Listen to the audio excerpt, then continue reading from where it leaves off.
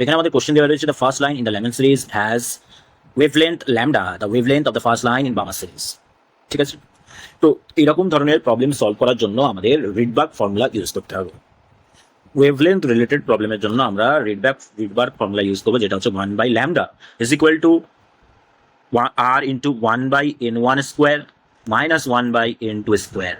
ঠিক আছে, এই ফর্মুলাটা আমরা ইউজ করবো, যেখানে r হচ্ছে রিডবার্গ কনস্ট্যান্ট আর n1 হচ্ছে লোয়ার এনার্জি লেভেল। মাথায় রাখতে হবে এই n1টা হচ্ছে লোয়ার এনার্জি লেভেল আর n2টা হচ্ছে higher energy level.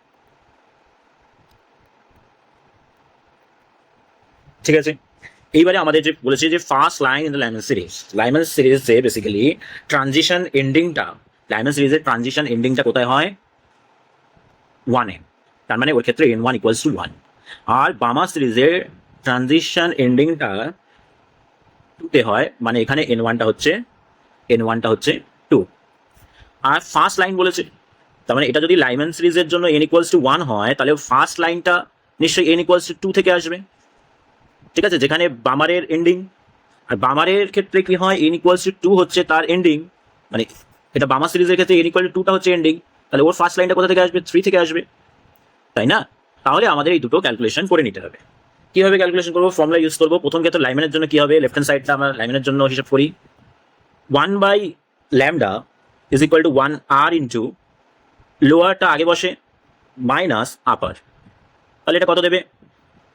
1/4, 1 minus 1/4 basically 3/4 r, তাহলে ল্যামডা কি দেবে? 4/3r। ঠিক একইভাবে বামারের জন্য হিসাব যদি করি, 1/λ is equals to r 1/2 square, basically তার এন্ডিংটা মাইনাস লোয়ার এনার্জি স্টেটটা, আর 3 থেকে আসবে তার ফার্স্ট লাইন।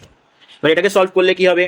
এটাকে 1/4 মাইনাস 1/9 সলভ করলে 36 এলসিএম হবে, 9 minus 4 বেসিক্যালি 5 দেবে, তাহলে উপরে আসবে 5/36, আর এটাকে ল্যামডা ইজ ইকুয়ালস টু কি দেবে? 36/5r। ঠিক আছে, এবার এটাকে আমরা কি করতে বলেছে? The wave length of the first line Bama series is, এটা বামারের জন্য আর এটা হচ্ছে লাইম্যান সিরিজের জন্য।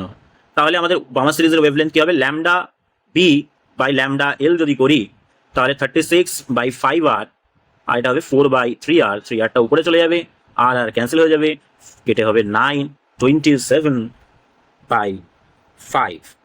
তাহলে বামারের ল্যামডা বিটা কি হবে? 27/5 lambda L, তার মানে অপশন ডি হয়ে যাবে।